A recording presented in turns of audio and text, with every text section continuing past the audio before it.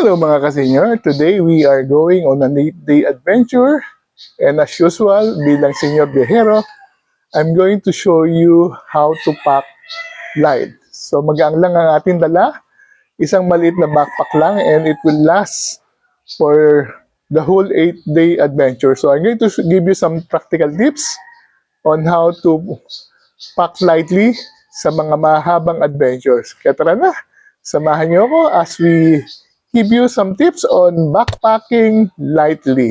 Tara na!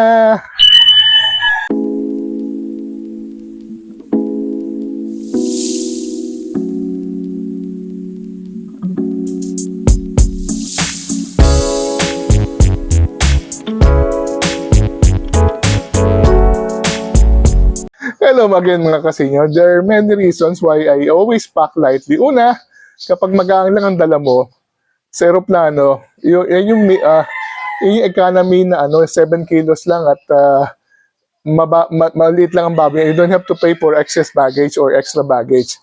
Pangalawa, if you're using an airport or a seaport, madaling pumasok at lumabas kapag magaan lang ang dala mo. Hindi mo kailangan mag-check-in at hindi mo kailangan hintayin na yung gamit sa carousel. Pangatlo, if you're already sa mga destination mo, madaling mag-move around kung magaang lang ang dala mo. Lagi mong dala yung mga gamit mo at hindi siya mawawala. At pangapat, if you're taking the bus, madali lang ilagay sa overhead bin yung mga gamit mo. So, yan, very practical. At sa katulad natin, medyo senior na, ayaw natin na medyo mabigat yung dala natin sa likod ng backpack. Kaya yan, ang papakita ko sa inyo kung paano mag-pack ng magaang sa mga biyahe natin. So, siyempre, ang unang requirement natin para sa backpack traveling ay ang backpack. So, isa to sa ginagamit ko. It's a very practical backpack. Mga 30 liters yata ito. It is good enough para madala sa likod at mailagay sa mga overhead compartments. So, very practical siya at marami siyang bulsa, lalagyan. So, sa akin, importante ito dahil gusto ko nakaseparate yung mga lagayan ko ng gamit. Make sure also na you're investing in a very good backpack para hindi siya nasi-slash or nabubutas or hindi. Also, medyo look for backpacks na medyo water resistant din para hindi nababasa kung maulan. So, papakita ko sa inyo nung ilalagay natin sa backpack natin. So, importante lagi sa mga damit na dinadala natin, hindi natin kailangan magdala ng napakaraming damit. Kung 8 days siguro, maximum ng set ng damit na dadalhin ka would be 4 sets.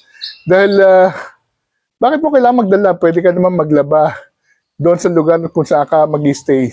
So, ang ginagawa ko, pag dadating ko sa gabi, nilalaban ko. At minsan, pinilaban ko sa gabi, tiyo na siya sa umaga. At hindi siya nakakadagdag ng bigat sa mga dala-dala nating gamit. And also, choose yung mga damit na madaling matuyo. Huwag yung sobrang kakapal. You can actually, kung medyo malamig, you can actually do layering. So, pagpatong-patungin mo lang.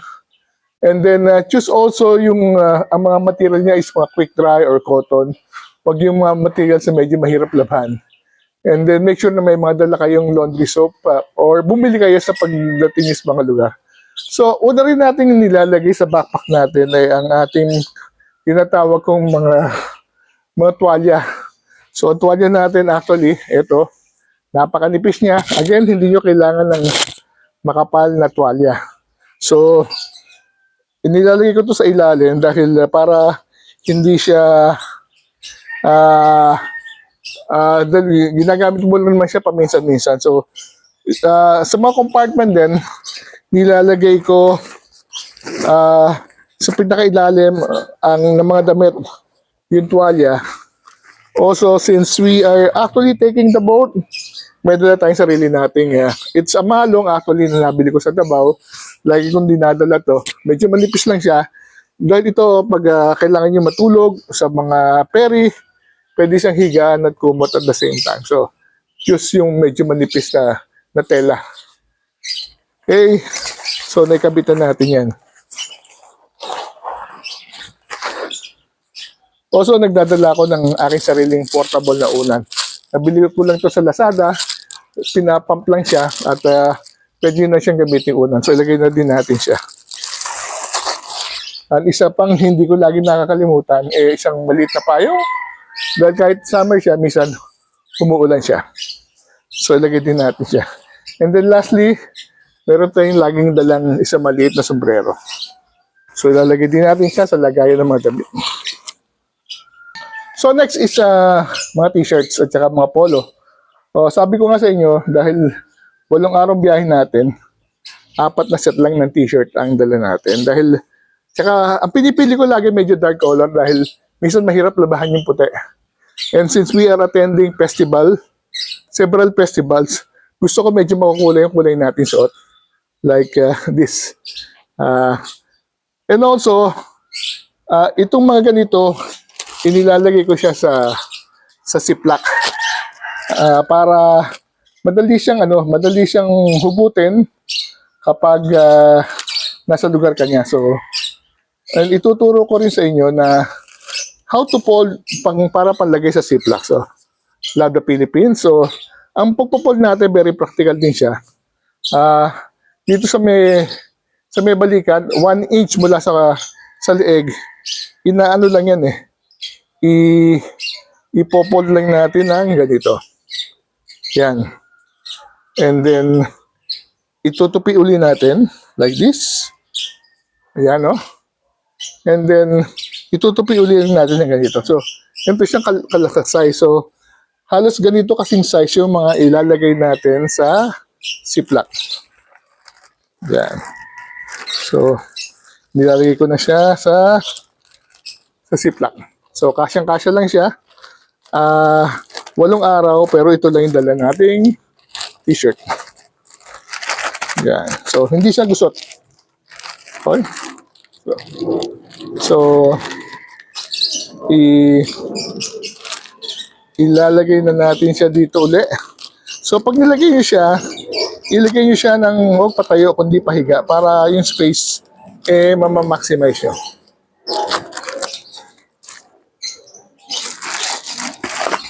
Yan.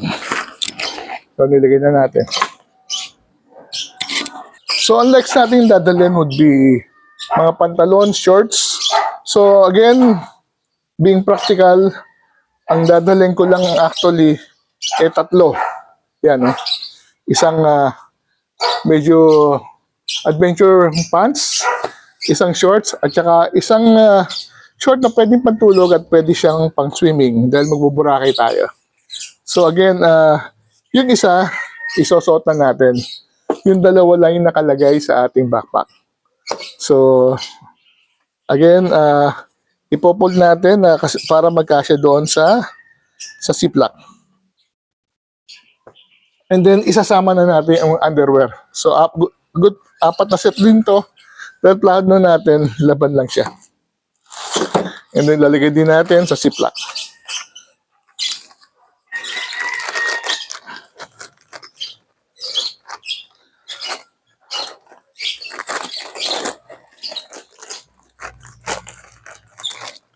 Okay, yan.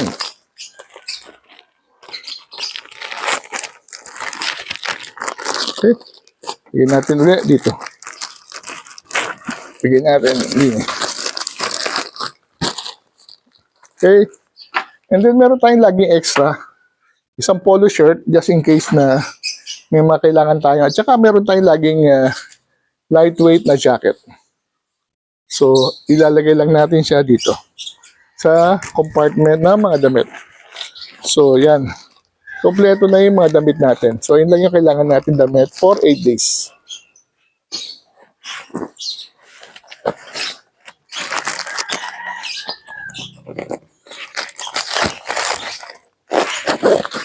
Okay.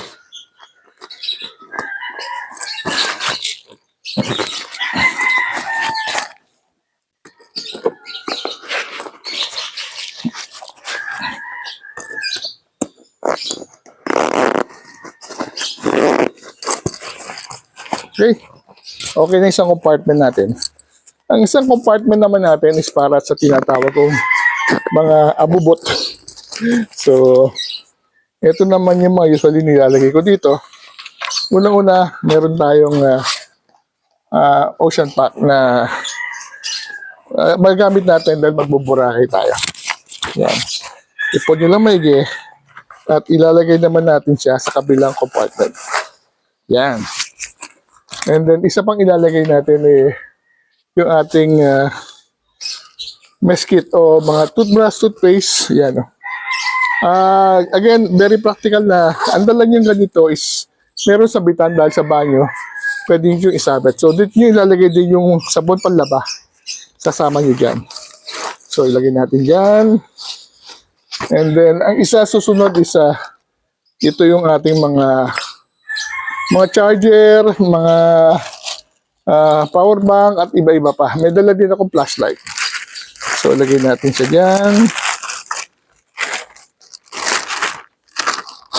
Again, nasa zip line, nasa zip box.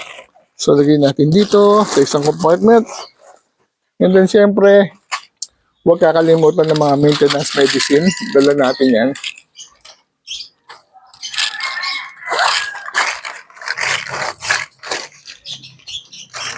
At nagdadala din ako ng mga, dahil magpe-ferry tayo, sa ferry boat may mga tubig naman mainit. So, may dala ako mga cup noodles, Skyflex, at may sarili akong dalang kutsara.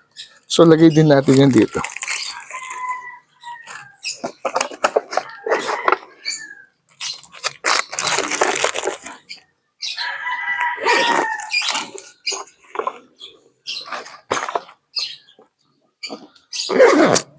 So, yan. Yan ang ating backpack. At yung mga side compartment, may ilalagay din tayo. Yung dito sa kabilang side, dito natin ilalagay ang ating mga kutsara. At lalagay din natin yung mga tissue. At mga panyo. At meron tayong spare reading glass dahil minsan nawawala yan. So, dapat magdala kayo lagi ng spare. So, dito yan sa kabilang side. And then dito naman sa harap, dito natin ilalagay ang ating mga tickets. Yan, no? So, lagay natin yung dito. Nakalagay sa plastic. And then, finally, meron tayong daling refillable bottles. So, ayun natin bumili ng mga bote, tubig sa plastic bottles dahil nakakasira sa environment. Ito kasi sa airport at saka sa mga terminals, may mga water dispenser na nalalagay nyo. So, make sure lang kukunin yung water refilling bottle, medyo mababa at mas malapad para hindi nahuhulog. So, ilalagay natin yan dito. Okay. Also, meron tayong laging isang bag na maliit. Dito natin ginalagay ang ating mga valuables, mga wallet, mga cellphone, mga headphone, at saka mga bagay na lagi natin dapat nasa katawan katabi natin. So, pag namamasyal tayo, minsan dito lang dala natin ito. Iniiwan natin doon sa hotel. Pero ito lagi natin bitbit. Also, ang ginagamitin natin ngayon para very practical is sandals. Ito yung nabili kong sandal, sandugo, na pwede siyang sapatos, pwede siyang tsinelas. Ito na lang dala ko all throughout the 8 days. So, very practical siya. At again, magdala kayo ng extra ziplock. So, ayan, na-share ko na sa inyo ang ating sikreto sa pagbibiyahe lagi. Lagi tayong bumibiyahe na magaang lang. So, dapat less than 7 kilos lang ang ating mga dalang gamit dahil gusto natin very practical tayo. At hindi natin kailangan magdala ng mabibigat na item. So, wala pong 7 kilos to. So, with that, mabilis tayo makapasok at makalabas ng airport at saka terminal. Ito lang ang dala natin. So with that, I'd like to thank you very much for watching this very short vlog. Ang ating sikreto pag nagbibiyahe tayo, ang sikreto ni Senyor Viajero.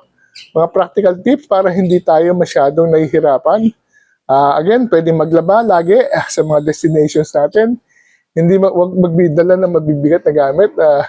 Iwanan nyo na lang yung mabibigat na gamit sa bahay. Hindi naman kayo pumunta doon para mag-fashion model, kundi para mag-adventure. So, pag-adventure, mas pabila, mas makakalipad ka ng mataas kung mag-aang ka.